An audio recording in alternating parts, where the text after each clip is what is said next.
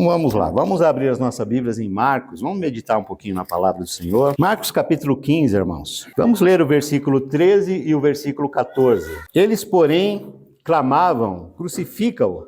Mas Pilatos lhes disse que mal fez ele, e eles gritavam cada vez mais, crucifica-o. Pessoas estão aqui clamando, gritando, crucifica-o. Estão falando para o Salvador, o Mestre. Estão falando para o próprio Filho de Deus.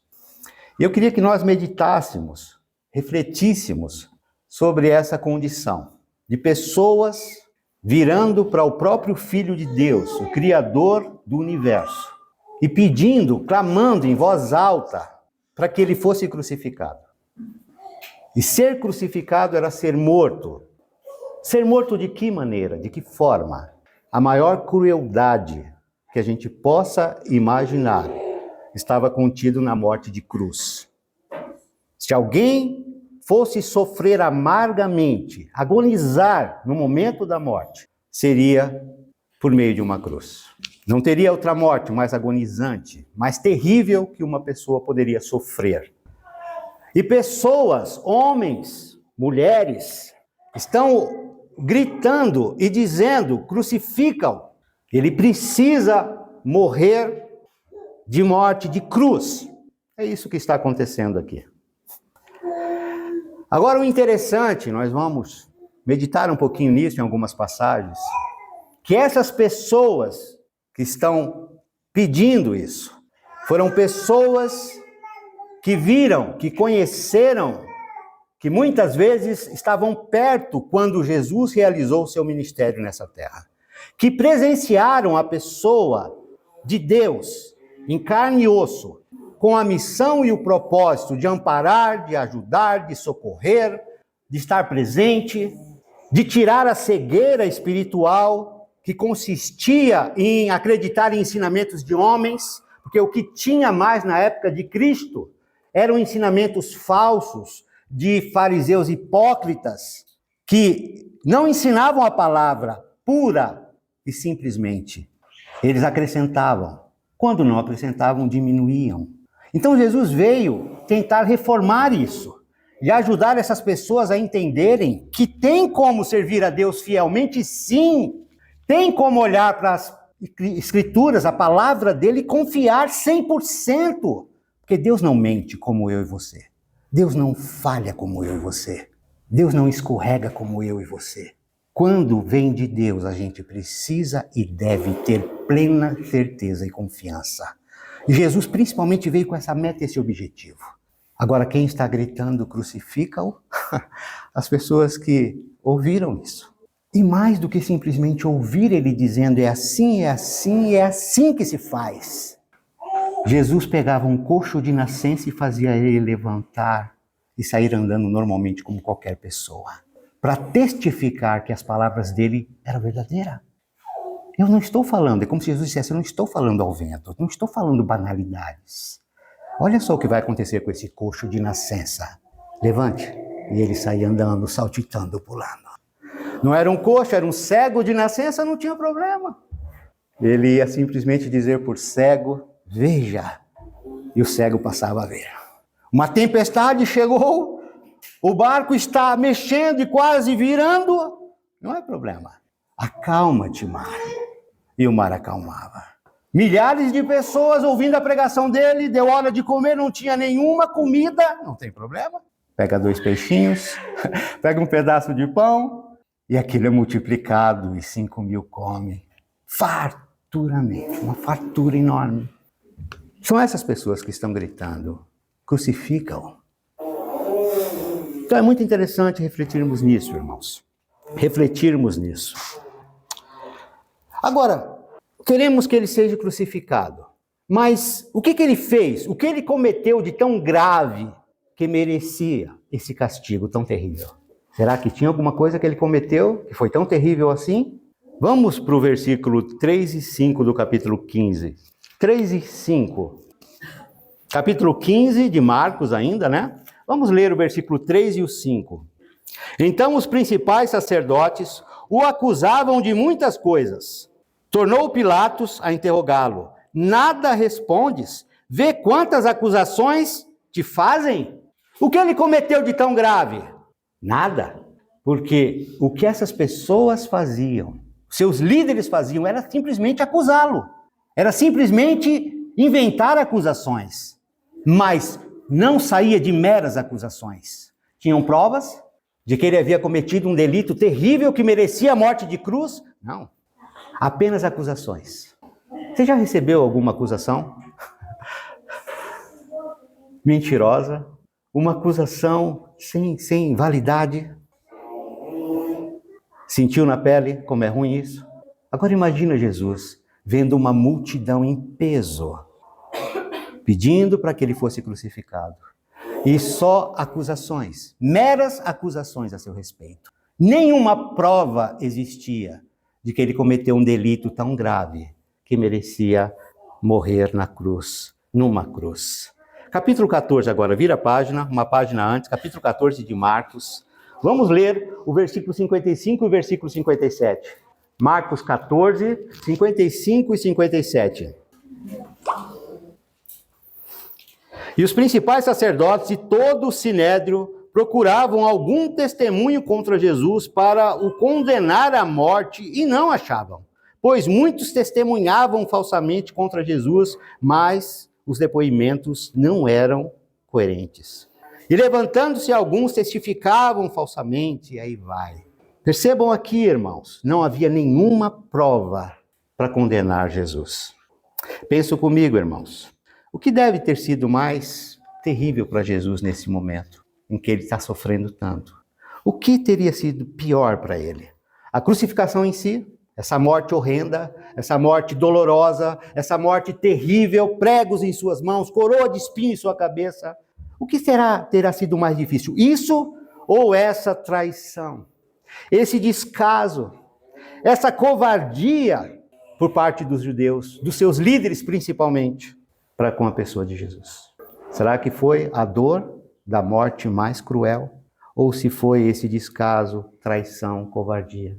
Eu não tenho dúvidas para dizer que para mim o que doeu mais em Jesus foi o descaso, a traição, a covardia dessas pessoas. O que eles viram na pessoa de Jesus foi prova suficiente de que ele era o Filho de Deus.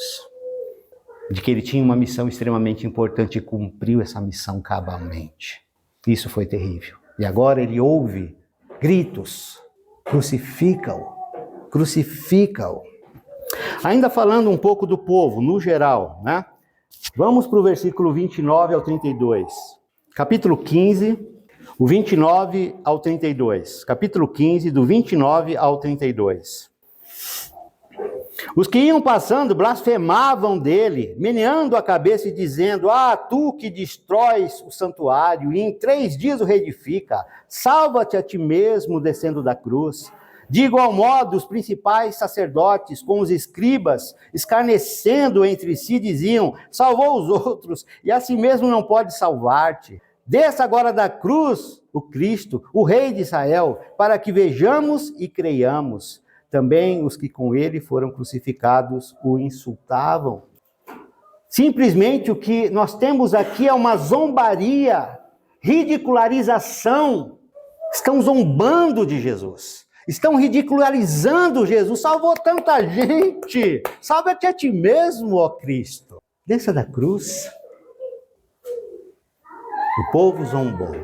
O povo ridicularizou Jesus. Esse povo que Jesus tanto amou, estão fazendo isso com ele. Sabe, num determinado momento, irmãos, Jesus quis tanto ajudar esse povo, tirá-los da cegueira, da escuridão espiritual.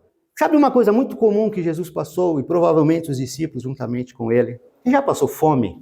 Você já chegou num momento em que teu corpo está precisando de alimento e não tinha nada naquele momento, ou você estava numa ocupação tão tremenda que você não teve condições de parar para satisfazer a necessidade do teu corpo de alimento? Quem já passou essa experiência sabe que é difícil. Vai para Marcos capítulo 6. Vamos entender o quanto Jesus estava disposto a se sacrificar por esse povo que agora grita, crucifica-o e tudo mais. Que olha o que diz o versículo 31. Versículo 31. Marcos 6, versículo 31.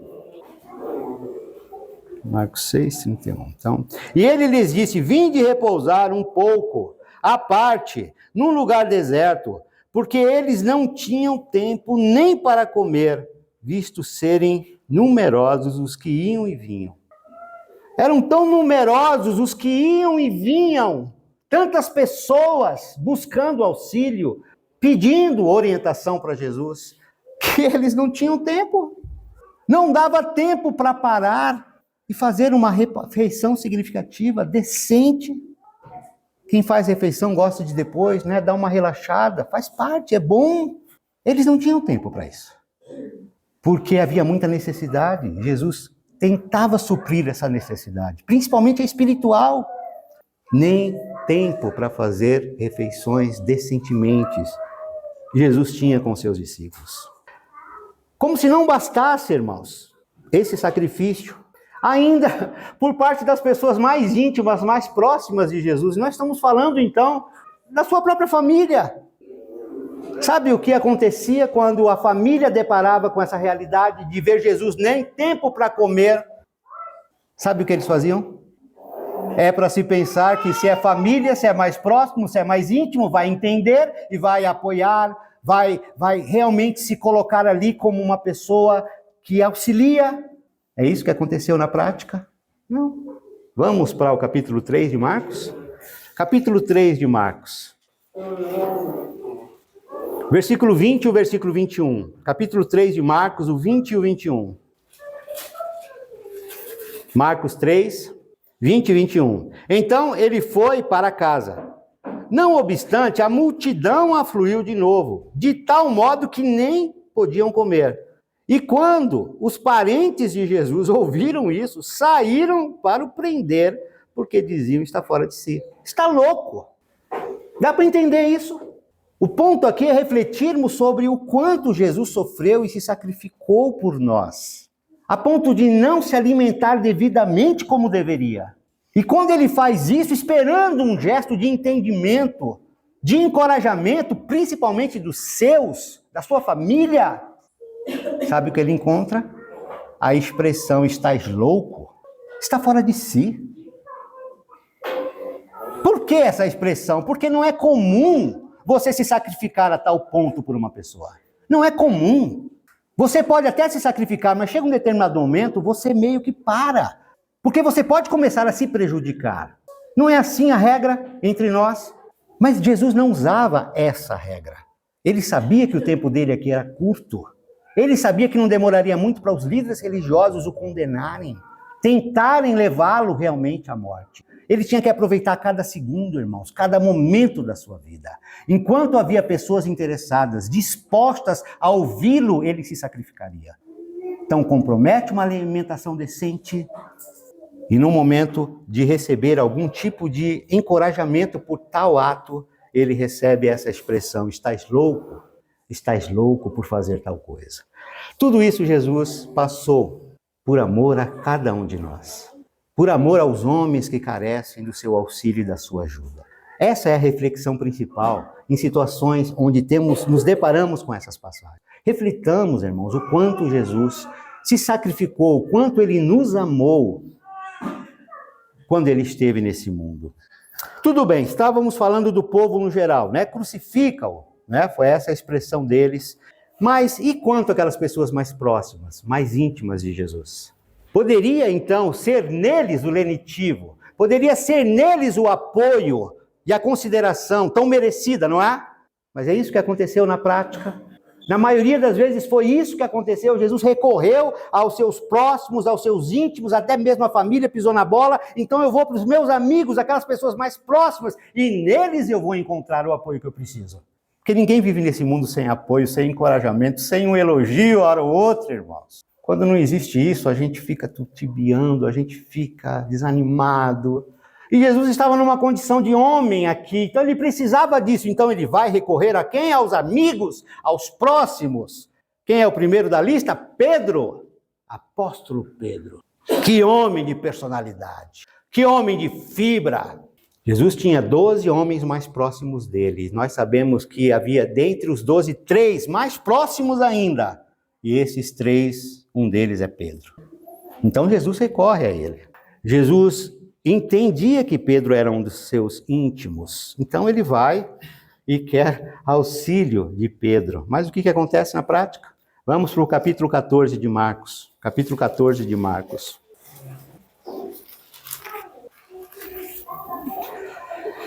Vamos ler o versículo 66 ao 72. 66 ao 72. Marcos 14, 66 a 72. Estando Pedro embaixo no pátio, veio uma das criadas do sumo sacerdote, e vendo a Pedro, que se aquentava, fixou e disse: Tu também estavas com Jesus o Nazareno. Mas ele o negou, dizendo: Não conheço, nem compreendo o que dizes. E saiu para o alpendre, e o galo cantou. E a criada, vendo, tornou a dizer aos circunstantes: Este é um deles. Mas ele outra vez o negou. E pouco depois, os que ali estavam disseram a Pedro: Verdadeiramente és um deles, porque também tu és galileu. Ele, porém, começou a praguejar e a jurar: Não conheço esse homem de quem falais. E logo cantou o galo pela segunda vez. Então Pedro se lembrou da palavra que Jesus lhe dissera: Ainda que 2 vezes cante o galo, tu me negarás 3 vezes. E caindo em si, desatou a chorar. O grande amigo íntimo de Jesus. Praguejou, jurou e disse para aquela criada: Não conheço esse homem. Eu não conheço esse homem. Não seria tão trágico quando a gente se depara com essa passagem e vê a atitude de Pedro tão covardemente negar Jesus? Porque a gente conhece a história. A gente lê a Bíblia e a gente sabe da história, não é? E acaba sendo doído quem conhece a história ver que ele teve coragem de ter essa postura. É doído.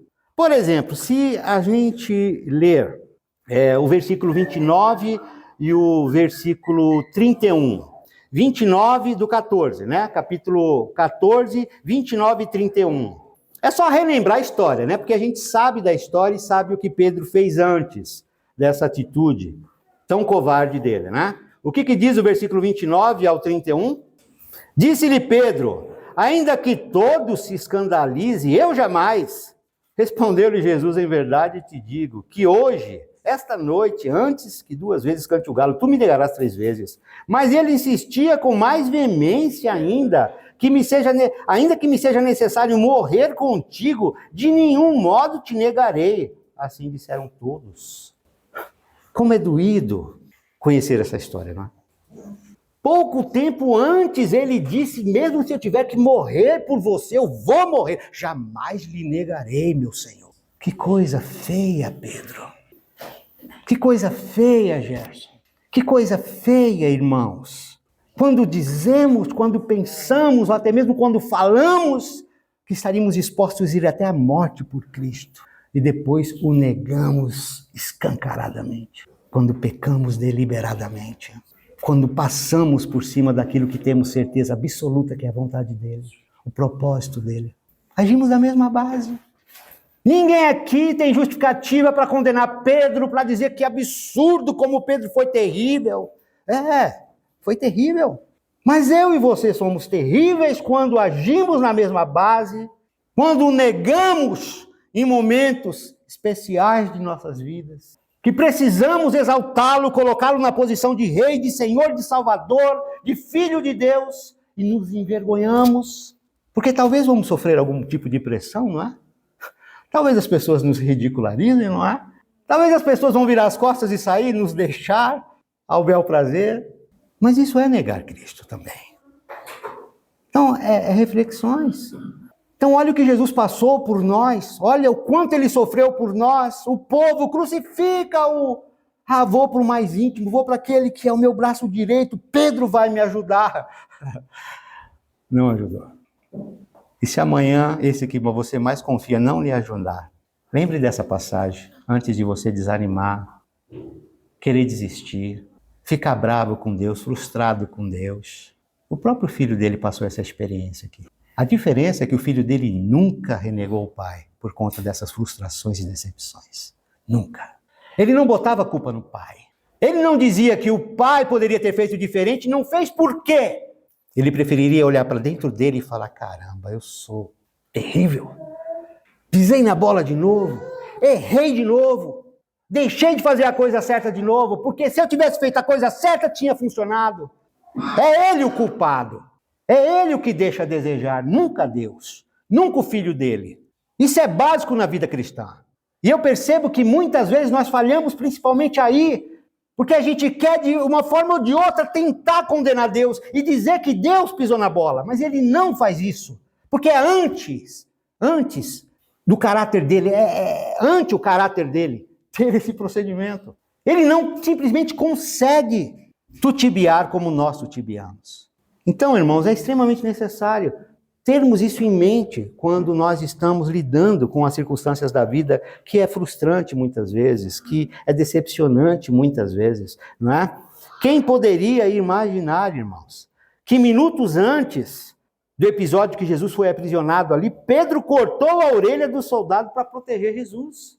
Aonde você ia acreditar que aquele homem que sacou da espada e foi para cima de um soldado e uap! Há quem diga que ele não era um tão bom espadachim assim, porque ele não deu para acertar na orelha, ele deu para acertar no pescoço, errou e pegou na orelha. Mas o camarada foi defender Jesus a ponto de querer brigar, ou morrer ou matar por conta dele. Quem diria que esse camarada depois ia negar escancaradamente e dizer, olha, praguejar e jurar, eu não conheço esse homem. Você percebe? Num momento a pessoa é capaz de até brigar, e no outro momento consegue simplesmente negar. Mas eu tenho certeza que no fundo, a gente não tem tanta dúvida com relação a isso não, né? Porque é possível, não sei vocês, né? Mas é possível que eu, pelo menos, eu sei o quanto a gente deixa a desejar às vezes. Quanto a gente tem atitudes que entristecem o nosso Deus. Pedro representa cada um de nós aqui, irmãos.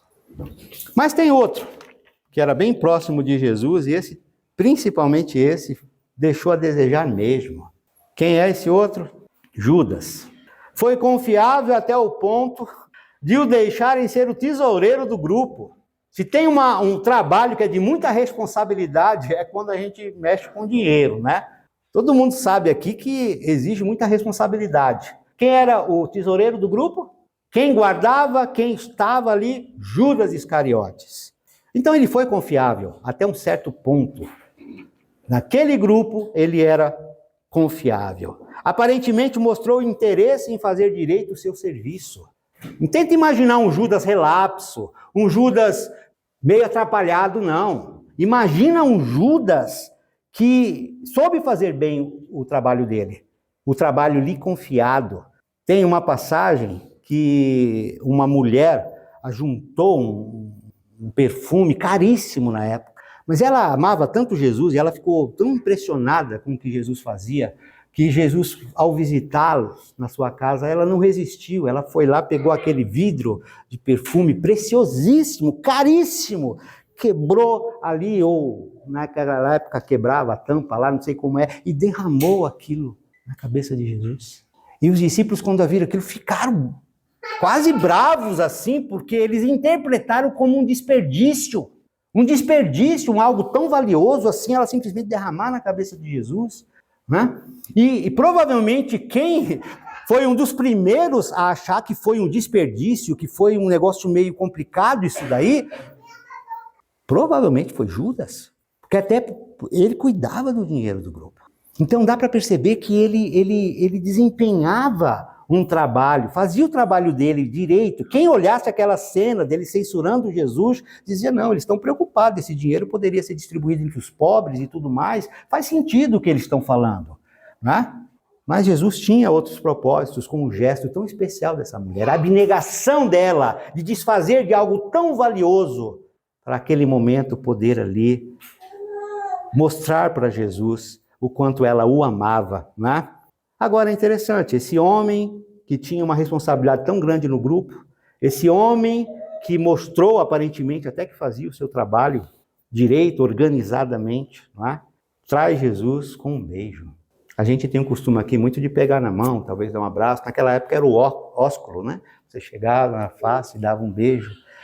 E Judas usa isso para poder mostrar quem era Jesus, para que os soldados pudessem prender Jesus. Então, com um beijo, esse homem, que fazia parte daquelas pessoas mais próximas de Jesus, que Jesus poderia recorrer a ele, já que Pedro pisou na bola, já que Pedro deixou a desejar.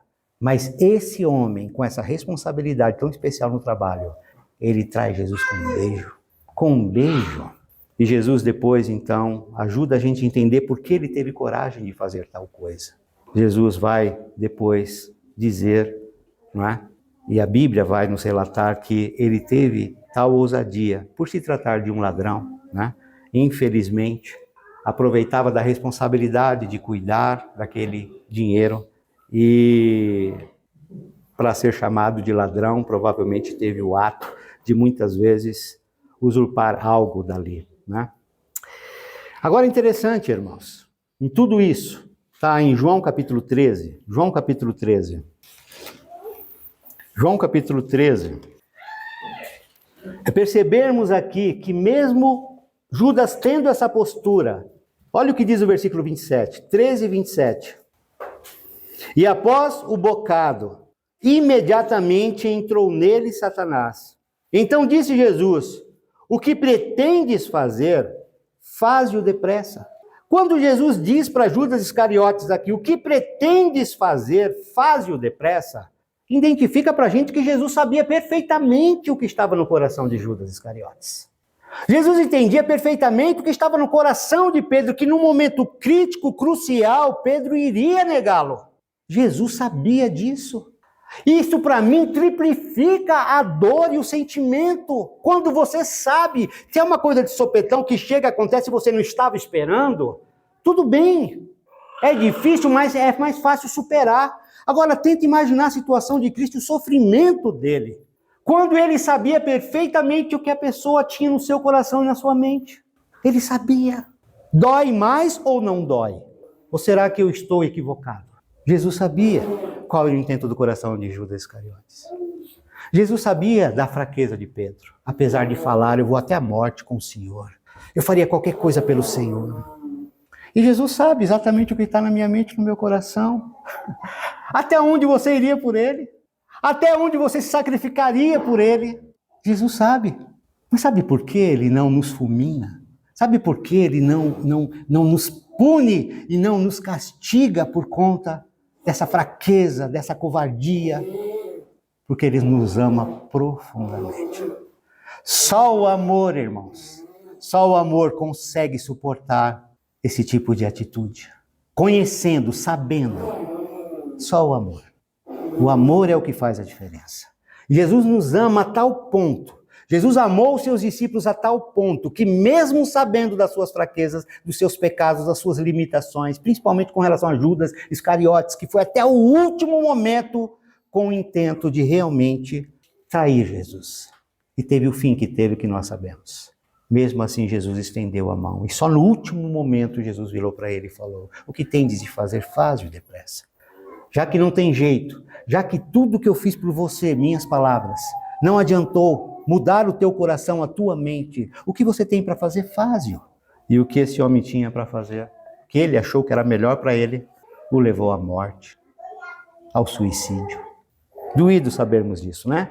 E para finalizarmos, só vou citar bem rapidamente aqui, os dois outros mais íntimos, mais amigos de Jesus. Um era Pedro, o outro era Tiago e João, não é? Irmãos, você se abriria para uma pessoa estranha que você não conhece direito, que você não é bem íntimo dela? Você contaria, você revelaria as coisas do seu coração para essa pessoa? Eu acho que não, né? Quando a gente escolhe uma pessoa para abrir o nosso coração e colocar as coisas profundas da nossa mente, do nosso coração, a gente vai procurar pessoas mais íntimas, próximas, não é? Foi isso que Jesus fez. No momento mais agoniante na vida de Jesus, próximo a ser preso, crucificado, Jesus chamou esses 3 amigos para que nesse momento crítico ele pudesse ter o apoio, a ajuda e o auxílio deles. Tinha um jardim de nome Getsêmani. E Jesus escolheu esse lugar para levar esses 3 amigos, porque ele estava prestes a ser preso. E ele sabia que ao ser preso ele ia ter a morte mais horrenda do mundo. Então ele chama esses 3 amigos para poder ajudá-lo, provavelmente consolando, fortalecendo ele, porque ele não ia desistir da cruz.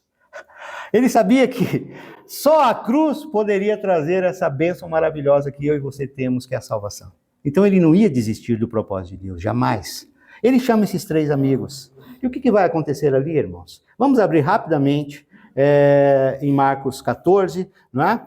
Acho que nós já estamos em Marcos 14. E aí nós vamos ler o versículo 33 e o versículo 34. 14, 33 e 34.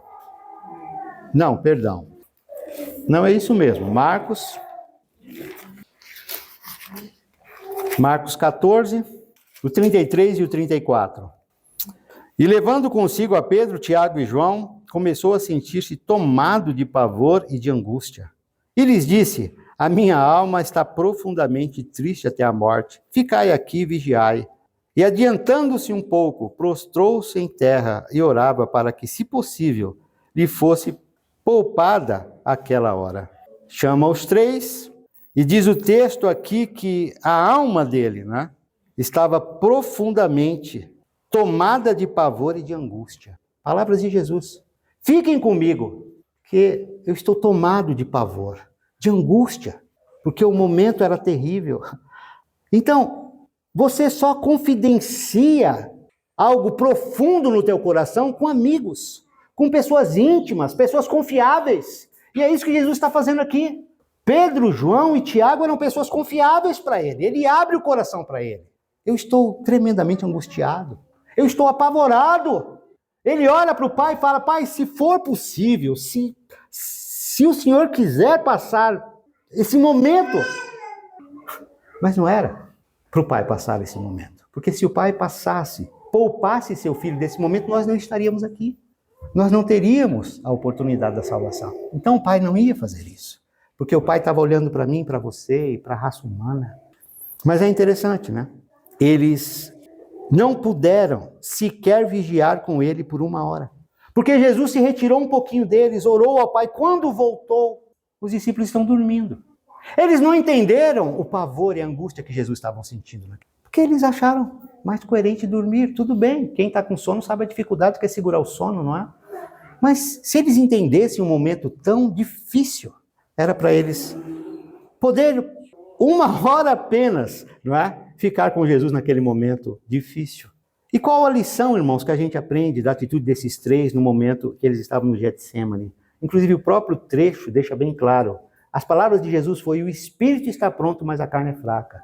O espírito está pronto, mas a carne é fraca. Somos fracos, irmãos. Somos fracos, vamos entender isso. Da mesma forma que esses 3 não tiveram capacidade de entender o pavor e a angústia de Jesus naquele momento, muitas vezes nós também não entendemos. É por isso que a gente, infelizmente, entristece, decepciona nossos irmãos em Cristo, hora ou outra. É por isso que muitas vezes nós decepcionamos e principalmente acabamos até atrapalhando pessoas de fora, porque no momento certo e na hora, no momento especial de levarmos Cristo, de testemunharmos Cristo em nossas vidas, a gente não consegue fazer isso bem, porque a nossa carne é fraca. As palavras de Jesus foram essas. E aí, para finalizar, irmãos, Pedro, depois de velho, depois já de uma certa idade, parece que ele entendeu a lição. Ele amadureceu. E aí a gente finaliza com 1 Pedro 5. Desculpe, eu passei um pouquinho do horário, eu costumo finalizar um pouquinho antes. Mas 1 Pedro capítulo 5, vamos entender, irmãos, que por mais que a gente deixe a desejar em alguns momentos de nossa vida, sempre existe a esperança da gente poder amadurecer e depois ter atitude mais confiável. 1 Pedro 5, nós vamos ler aqui o versículo 10. 1 Pedro 5, versículo 10.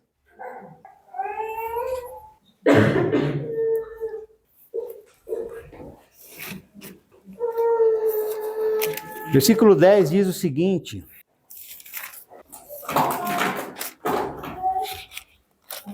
só um minutinho, irmãos, que eu acabei marcando outro versículo aqui. O versículo 10 diz o seguinte, olha: ora, o Deus de toda graça, que em Cristo vos chamou à sua eterna glória, depois de terdes sofrido por um pouco, Ele mesmo vos há de aperfeiçoar, firmar, fortificar e fundamentar.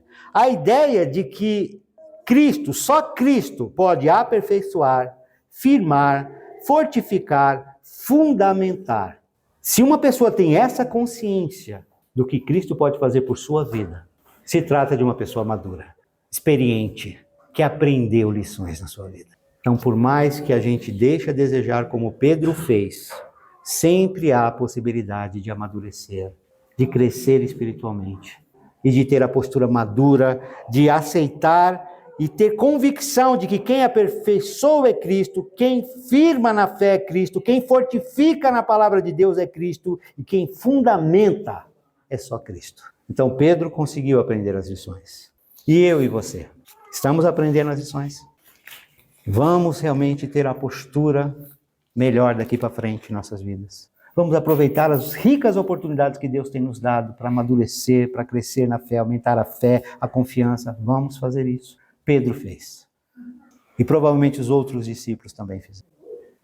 Mas em resumo, Jesus sofreu por nós, ele se sacrificou por nós e como, irmãos? Muitas vezes nós não sabemos o quanto. E aí compete a nós continuarmos o amando, continuarmos mostrando para ele que a gente quer continuar firme nos seus caminhos, independente das circunstâncias e das dificuldades que surgirem. Essa é a maior prova do quanto nós o amamos. Então vamos nos esforçar nesse sentido. Eu agradeço mais essa oportunidade que vocês me concedem. Foi um privilégio poder estar com vocês e desfrutarmos essa palavra do nosso Deus, que tem poder para, de fato, não só nos salvar, mas nos amadurecermos na fé como Ele quer. Amém? Obrigado por essa oportunidade.